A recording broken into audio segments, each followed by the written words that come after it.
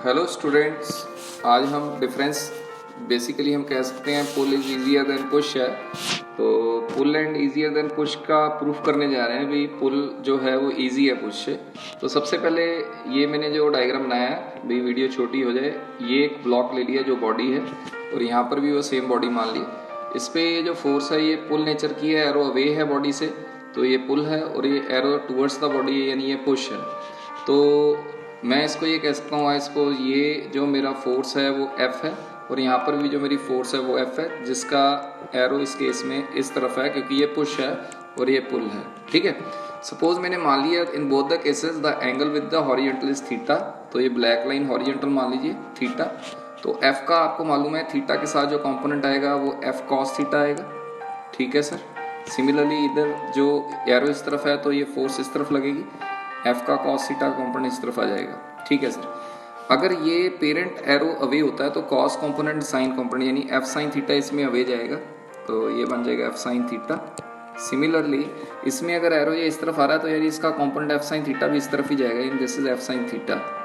ठीक है सर, ये ठीक है। रिएक्शन देखो, जब भी हम सरफेस पे बैठे हैं तो उसका वेट नीचे जाता है किसी भी बॉडी का, तो इस केस में वेट नीचे ही जाएगा। रिएक्शन जो नॉर्मल रिएक्शन है इस केस में, यानी ये जो सरफेस है इस बॉडी को नॉर्मल रिएक्शन ऊपर की तरफ रिएक्शन देगा, सिमिलरली इस केस में भी नॉर्मल रिएक्शन देगा। इस केस में मैंने रिएक्शन की वैल्यू R लिख ली, R1, यानी ये पुल नेचर है, R1 ले लिया पुल में, और ये पुश में रिएक्शन की वैल्यू ली R2। तो जब हमें मालूम है ये बॉडी इसको F cos थीटा से इस तरफ खींच रही है, यानी इसकी फ्रिक्शन पीछे की तरफ लगेगी, यानी मैं कह सकता हूँ in this case friction in the backward direction. And similarly इस केस में बोलूँ तो मुझे मालूम है F cos थीटा इसको इस तरफ धक्का मार रहा है तो ये इस तरफ जाएगा, यानी इसकी फ्रिक्शन पीछे की तरफ यानी इस तरफ लगेगी। चाहे इस तरफ फ्रिक्शन दीजिए चाहे इस तरफ एरो है, मैं ऐसे लगा देता हूँ कि बच्चे को समझ में आ जाए। भी फ्रिक्शन सर ने ऐसे लगाई है तो फ्रिक्शन मतलब इस तरफ जा रही है, यानी फ्रिक्शन इस तरफ है, बॉडी इस तरफ जा रही है तो फ्रिक्शन इस तरफ है।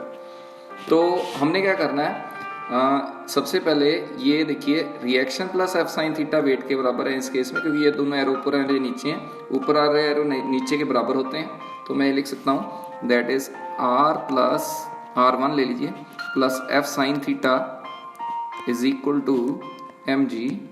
तो मैं रिएक्शन बोलूँ तो इसमें रिएक्शन आ गया मेरा mg minus F sine theta. ठीक है sir, in the case of pull ये आया।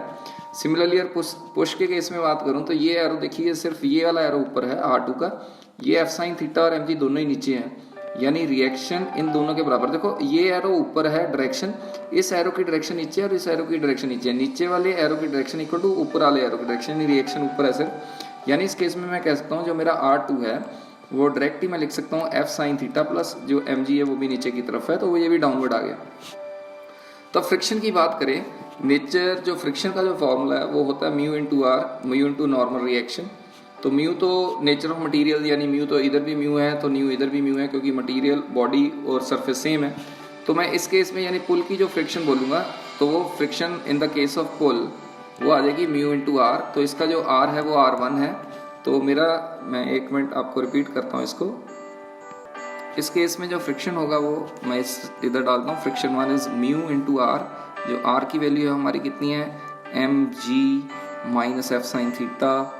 तो ये फ्रिक्शन किसकी आई, ये पुल की आई सर।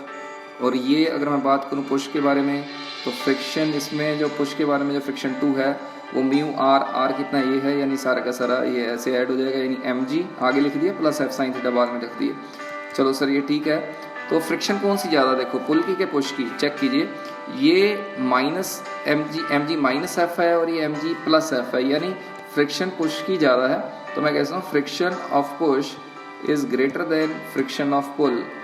तो जिसकी फ्रिक्शन ज़्यादा है उसको खींचना थोड़ा डिफिकल्ट हो जाता है, यानी फ्रिक्शन पुश की ज़्यादा यानी इसको खींचना डिफिकल्ट है, यानी पुश ईजी नहीं है।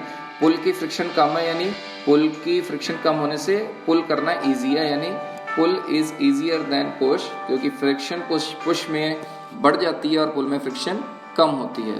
तो ये स्टूडेंट्स आपने करना बड़ा सिंपल है, जस्ट आपको एक चीज़ मालूम होनी चाहिए भाई, अगर ये फोर्स F है और ये अगर एंगल थीटा है तो ये F है तो ये F cos थीटा आएगा, और ऊपर की तरफ कितना आएगा F साइन थीटा। चलो सर ये समझ में आ गया।